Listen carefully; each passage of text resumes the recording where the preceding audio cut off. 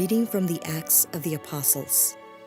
When the time for Pentecost was fulfilled, they were all in one place together.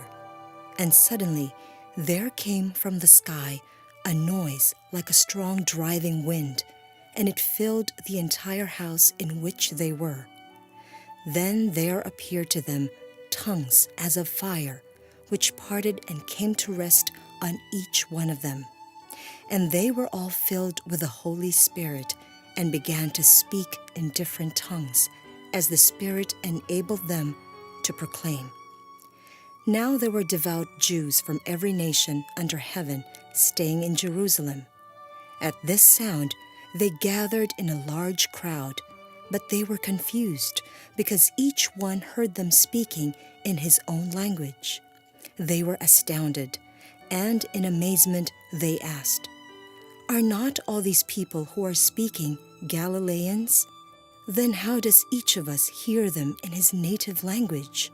We are Parthians, Medes, and Elamites, inhabitants of Mesopotamia, Judea and Cappadocia, Pontus and Asia, Phrygia and Pamphylia, Egypt and the districts of Libya near Cyrene, as well as travelers from Rome, both Jews and converts to Judaism, Cretans and Arabs.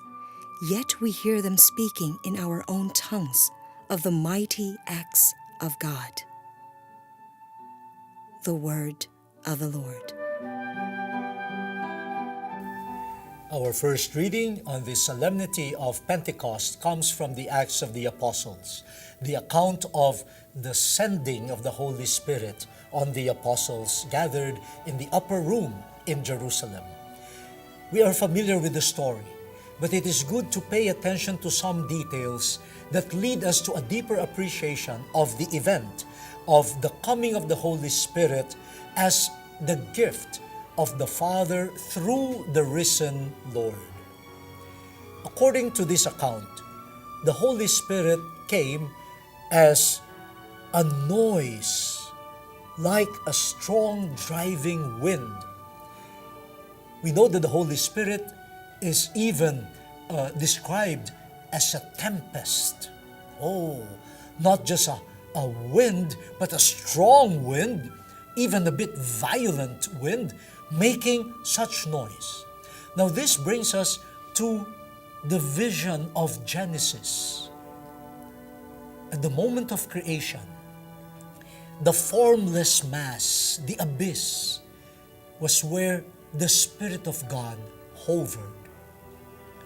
Now we are being told by the Acts of the Apostles, this wind called the Holy Spirit is blowing again, blowing mightily, a signal that a new creation is happening. A new creation which is part of Jesus' ministry, death, resurrection, and ascension into heaven.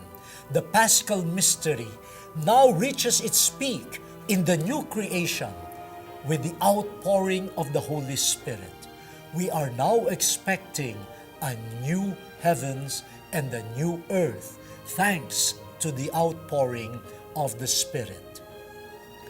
But it is not just by becoming a strong, mighty wind that the Holy Spirit was manifested. The Holy Spirit also appeared in the form of tongues of fire that descended on the head of each of the disciples. Tongues of fire, fire of love. The Holy Spirit is the love of Father and Son, which is given to us as the very loving presence of the Father and the Son to us. Tongues, the capacity to speak, the capacity to communicate. And we see the miracle with the descent of the Holy Spirit.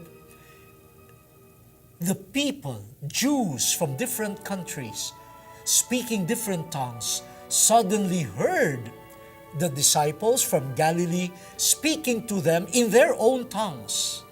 These Galileans were equipped by the Spirit to communicate to peoples of other countries and other languages using their native tongues. This is a reversal of Babel, where the different tongues led to confusion. Here we find the Holy Spirit not negating the different languages, but making people speak each other's language in their diversity, and taking up the diverse languages into one language of understanding. Love, understanding, recreating humanity. Human beings that used to be separated from each other, who could not understand each other, leading to a confused world, a world where division has become a rule, a world where discrimination, walls and barriers being set up. It doesn't look like one world.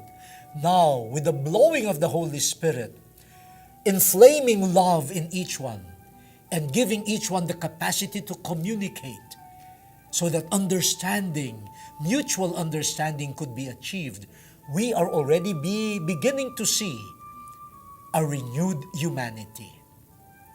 But the tongues are used to proclaim the marvels that God has done.